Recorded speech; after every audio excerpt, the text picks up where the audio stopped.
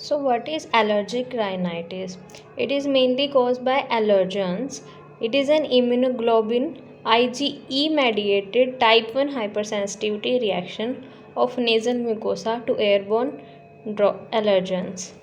Clinically, allergic rhinitis is of two types, seasonal and perennial. Seasonal symptoms appear in and around a particular season, generally March, May, or August, September, and perennial symptoms are present throughout the year. Allergens can be produced by hypersensitivity reaction. One can be hay, pollen, dust, animal hair, mold, and spores. About its pathology, what is when dendritic cells presenting with antigens combine with T cells, they get activated and release cytokines. Further, activated T cells stimulates B cells. Here, cytokines produce inflammation and B cell stimulates produce IgE antibodies. These activate mast cells and mast cells get primed with antigens containing Fab and Fc and Fab and on antibodies and Fc on mast cells. They combine and degranulates. Mast cell then get regranulate and its products are histamine, which dilate capillaries and bring more fluid. And excess fluid cause nose become watery, which will produce nasal discharge from eye, sneezing, nose look red due to vasodilation and inflammation. Other clinical features are frequent bouts of sneezing, red, itchy, swollen eyes, nasal congestions, and also affect sleep concentration, attention at work or school. Attendance will be affected. Note: early exposure might be protective. For example, in children, early exposure is protective, whereas in old age it may be serious problem. There are two phases of clinical features: acute or early phase, which occur immediately to 30 minutes after exposure of allergen, and release vasoactive amines and histamine. Basically, it is because of release of vasoactive amines and histamine.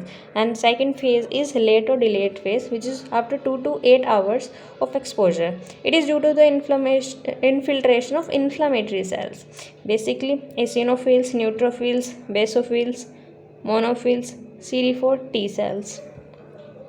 Other signs includes oculomotor, nasal, otologic, pharyngeal, and laryngeal. Ocular signs contains dark circles, that is allergic shiners are seen under the eyes, and creases are seen in lower eyelid skins, which are also called Dennis Morgan lines.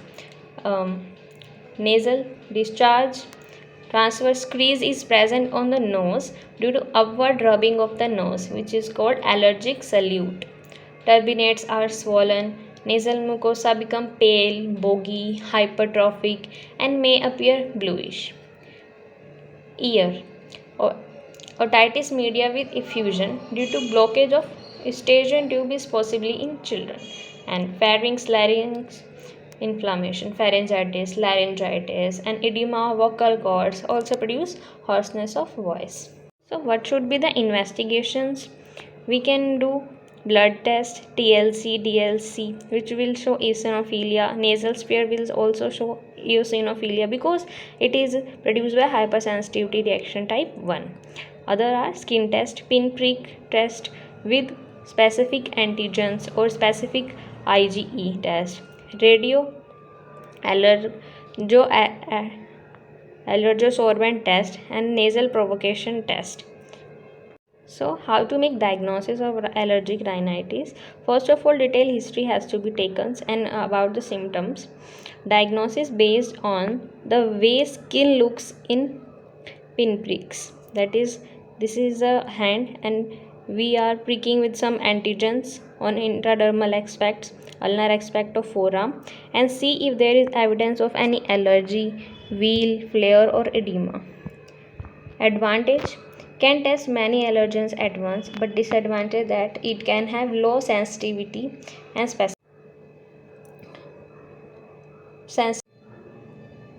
treatment.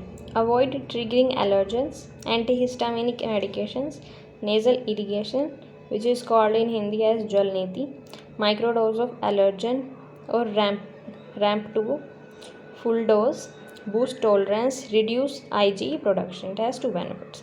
Nasal decongestant, sensitivity, that no reaction on skin test with the reaction in nose and eye.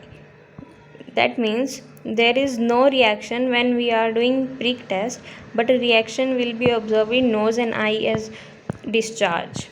Specificity is that has skin reaction but no symptom in real life. Classification of allergic rhinitis. The allergic rhinitis and its impacts on asthma basis. Duration of disease and severity of disease. On basis of duration, it is intermittent or persistent. Intermittent symptom less than 4 days or week, and persistent symptom more than 4 days per week or more than 4 weeks. Severity mild, none of below present, and moderate severe more than one present, which is sleep disturbance, impairment of daily activities, leisure, sport, impairment of school or work, troublesome symptoms. Also, its pathophysiology. Allergic stimulus produce specific and non-specific. Specific IgE mediated and non-specific in emotional, environmental, viral or air. These cause mast cells or blood basophils to become activated and drop in CAMP and CGMP ratio. These further release preformed and newly formed mediators, which act as increased vascular permeability or vasodilation, lead to tissue edema, nasal blockage. Change in smooth muscle tone produce bronchospasm, and hyperactivity of gland increase secretions, producing rhinorrhea. Newly formed or preformed mediators are histamines, ECFA, eosinophil chemotactic factor A, neutrophil chemotactic factor A,